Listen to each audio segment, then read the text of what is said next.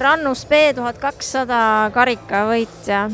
Sa tegelikult valmistusid selleks hooajaks just väga tõsiselt, räägi. No ma tegelikult vanas eas tulevad igast hullud mõtted ja siis eelmine aasta, kui ma alustasin, siis ma lihtsalt proovisin, et kuidas see tagasitulek oleks ja et kuidas see füüsis vastu peab ja nii edasi. Ja siiski täitsa okei, võiks öelda, aga siis ma mõtlesin, et tegelikult, et äkki võtaks nagu ambitsioonikamalt need eesmärgid sellel aastal. Ja eks siis tegelikult päris, kui ma nüüd tõele au annan, siis ma isegi mängisin kohati ikka päris sportlast vahepeal, et ega ma väga hullu trenni nagu ei teinudki, aga kuidagi kogu see suhtumine ja mõtlemine, võib-olla see rohkem see mentaalne pool läks natukene selliseks tõsisemaks ja ma ei tahaks nüüd öelda päriselt professionaalsemaks, aga teadlikumaks, ütleme siis niimoodi ja eks nagu teades, mis tuleks nagu teha, et saavutada nagu head tulemust, et ma neid asju nagu tegingi täpselt.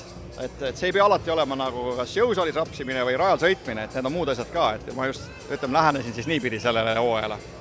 No, kergitad natuke saladuskatet, et mis need asjad olid siis? Süstemaatitud. Et ei, tegelikult ei midagi erilist, et tegelikult kohati on isegi niimoodi, et vahest on vähem trenni isegi parem kui rohkem trenni ja tead sellised väiksed asjad, mis sa oskad nagu lugeda, et kuidas keha vastu peab, et kas on vaja ikka nii palju teha ja et hoida seda kehakaalu ja sellised teised asjad, et seadistada ratast võib-olla, et tegelikult on ju motospordis, et me siin räägime küll, et trennid, aga tegelikult on ju, mootorratas on ju teine 50% sellest asjast, on ju, üks on sõit ja teine mootorratas. Et kui sa nagu ikkagi oskad sellele läheneda niimoodi, et ta sinu all ja sinuga sõidaks oleks üks tervik ja kõik asjad klapiks, siis võib-olla just selle koha pealt ma tegin nagu palju tööd, et ratast aru saada ja et see töötaks nagu täpselt nii, nagu tegelikult see ratas nagu töötama minuga peaks. Et see oleks nagu üks tervik. Et see ongi nagu see, võib-olla see võlu sellest. Sellel aastal olid tegelikult väga ägedad võidusõidud, et mis sulle endale nagu meelde jääb sellest hooajast? Tegelikult meelde jääb Riia sõit on jäänud mul natuke kripeldama isegi võib-olla, et ta oli nagu, ta oli selles mõttes meelde jääb ka, et ta oli hooaja vist esimene võistlus, eks ju, ja ma ju Riia rajal olen sõitnud elus üldse, nagu oli teine kord see aasta, eelmine aasta oli esimene kord. Ja ega ma väga palju sealt ei osanud oodata midagi, sest ta on ikkagi selline rada, mida sa ikkagi, ta on võõras rada, ta on raske, ta on ohtlik ja ta pead neid punkte seal väga hästi teadma, neid kohti. Ja ma ei osanud nagu väga oodata, aga ma teadsin, et ma peale kvalifikatsiooni, et ma reeglina iga kord, igal võistlusel teen oma kvalifikatsiooni ajast sellise 2 sekundit või 1,5 sekundit parema aja võidusõidus. See on kogu aeg niimoodi olnud, läbivalt.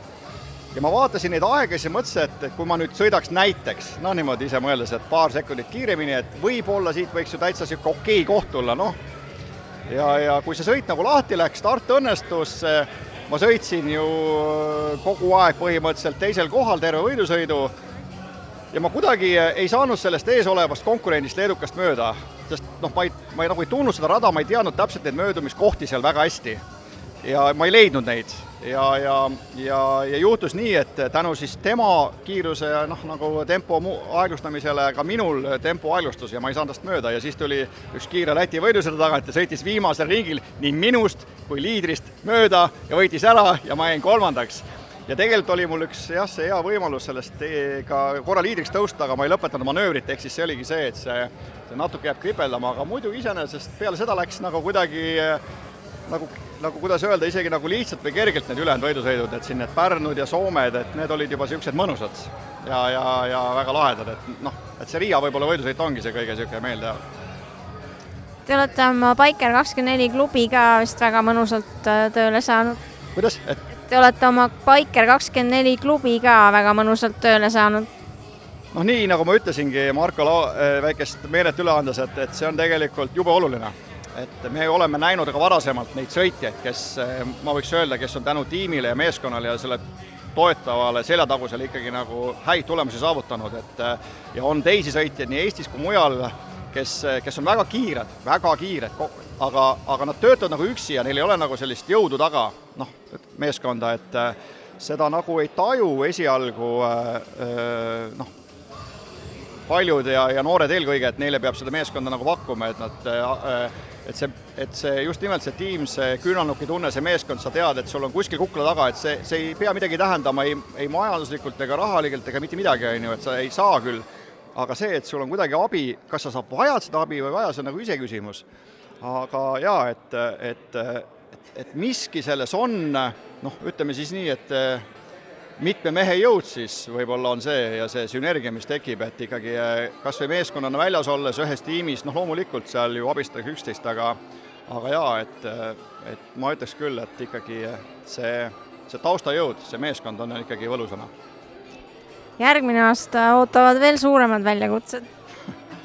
No jah, et mul on suur au muidugi sõita nüüd ka Superbike'is ja kõige kiirematega loomulikult, et eks see on hoopis teine level tegelikult ja eks mis siin ikka öelda, et peab asja nagu, ma ei oskagi öelda, et kas nüüd tõsisemalt võtma, vaid raskem saab olema, igatahes kiirust peab juurde tulema, aga ma arvan, et lõppkokkuvõttes mu eesmärk on ikkagi täidetud, olgem ausad.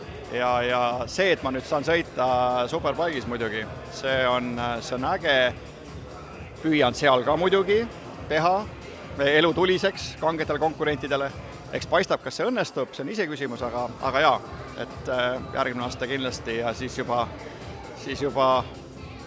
eks siis näib, kuidas välja tuleb. Aitäh sulle ja palju õnne! Aitäh!